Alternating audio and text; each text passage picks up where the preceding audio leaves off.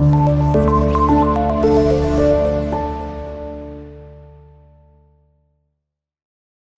Class, अस्सलाम वालेकुम। My name is Babar Arshad and I am your physics teacher. उम्मीद है जी आप सब खैरियत से होंगे। आज हम चैप्टर 5 का नेक्स्ट टॉपिक जो है वो करने जा रहे हैं, जो आपके पास है एडवांटेजेस एंड डिसएडवांटेजेस। जो आपने एनर्जी सोर्सेज पढ़े हैं उनको इस्तेमाल करने के फायदे और नुकसान क्या है। तो इस वजह से, क्योंकि ये टॉपिक बिल्कुल प्रीवियस टॉपिक से रिलेटेड है, इसलिए मैंने अभी इसका नाम चेंज नहीं किया। मैंने सोचा कि आपको बिल्कुल वीडियो स्टार्ट करके मैं बता दूं कि पिछले टॉपिक में और इस टॉपिक में क्या सिमिलैरिटी है। तो इस टॉपिक में आप बेसिकली इसके साथ जो चीज डिस्कस करने जा रहे हैं वो इन्हीं को इस्तेमाल करने के क्या है, एडवांटेजेस कह लें और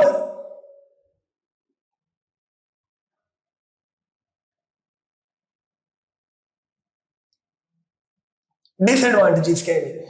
अच्छा, अब इसमें मैंने आपको लास्ट टाइम भी बताया था, हमने वो देखना है जो हमारे इन्वायरमेंट के लिए भी सेफ हो और दूसरे नंबर पर आपको इनिशियली बहुत कम कॉस्ट पे वो अवेलेबल हो जाए, मतलब बहुत ज्यादा आपको इन्वेस्टमेंट ना करनी पड़े उस एनर्जी सोर्स को बनाने के लिए। तो बच्चों देखें, जो आपने हाइड्रो इलेक्ट्रिसिटी बनाया, जिसके पानी के जरिए जो हम बिजली प्रोड्यूस करते हैं, ये बिल्कुल आपके पास क्या है, इकोनॉमिकल है और दूसरे नंबर पर ये आपके पास बिल्कुल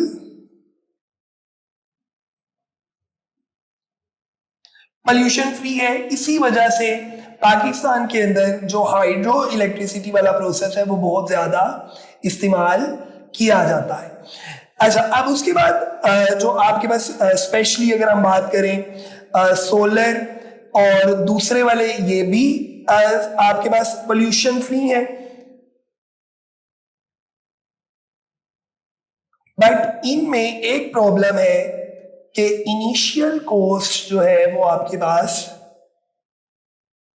वो हाई है, ज्यादा आपको कॉस्ट लगानी पड़ती है एनर्जी को प्रोड्यूस करने के लिए। तो इसी तरह हम ये देखेंगे कि हमारे लिए कौन से वाले एनर्जी सोर्सेस, एनर्जी प्रोड्यूस करने के मेथड हमारे लिए सूटेबल है। तो अभी हमने देखा जो डैम्स में प्रोसेस होता है, ऑब्वियसली उसके लिए आपको स्टार्टिंग में बहुत ज़्यादा कॉस्ट जो है वो रिक्वायर्ड होती है, बहुत ज़्यादा पैसे चाहिए होते हैं, लेकिन जब एक दफ़ा बन जाए तो उसके बाद उससे आपको बहुत सारी एनर्जी जो है वो काफ़ी टाइम तक मिलती रहती है। इसी तरह सोलर एनर्जी में भी पॉल्यूशन फ्री है, आपका इन्वायरमेंट पोल्यूट नहीं होता, ना हाइड्रो इलेक्ट्रिसिटी से ना सोलर एनर्जी से, और आपकी एनर्जी की ज़रूरियात भी पूरी होती रहती हैं। लेकिन आप लोगों को पता है कि हम अपनी एनर्जी का ज्यादातर हिस्सा जो है वो डिपेंडेंट है किसके ऊपर, फॉसिल फ्यूल्स के ऊपर। अब फॉसिल फ्यूल्स में कोल, ऑयल और गैस। अच्छा, अब जब ये वाले जितने नाम मैंने यहां पर लिखे हैं, जब ये बर्न होते हैं, इनकी बर्निंग की वजह से आपके पास डिफरेंट किस्म की गैसेस जो है वो प्रोड्यूस होंगी। अब उन गैसेस में आमतौर पे कार्बन डाइऑक्साइड और कार्बन मोनोऑक्साइड जो है वो इस्तेमाल होती है, जो प्रोड्यूस होती है।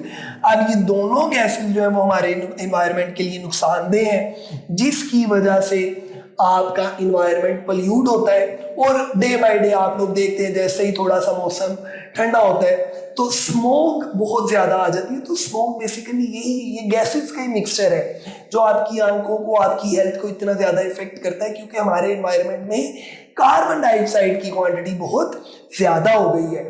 तो होता ही है।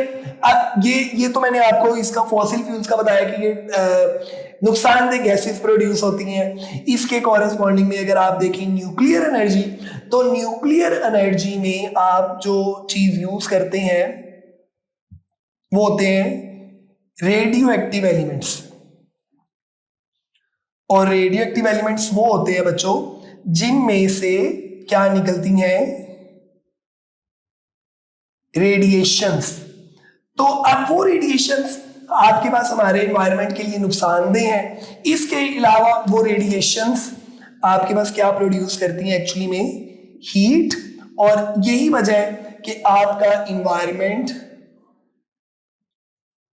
Day by day her year आपको ग्लोबल वार्मिंग का सामना करना पड़ता है कि हमारे इन्वायरमेंट में, हमारे वेदर में अनसर्टेन चेंजेस जो है वो आते हैं, जो कि प्रिडिक्ट भी नहीं होते और वो हो रहे हैं। तो इस सब की रीजन है इन एनर्जी सोर्सेज को इस्तेमाल करना जिनका इन्वायरमेंट के ऊपर बहुत ज्यादा नुकसान है। तो इसीलिए मैंने आपको इस टॉपिक को पिछले टॉपिक से लिंक करके पढ़ाया ताकि आपको दोनों टॉपिक इजीली अंडरस्टैंड हो जाए। तो अगर कोई क्वेश्चन कमेंट सेक्शन में पूछिए और अपना ख्याल रखिए। अल्लाह हाफिज।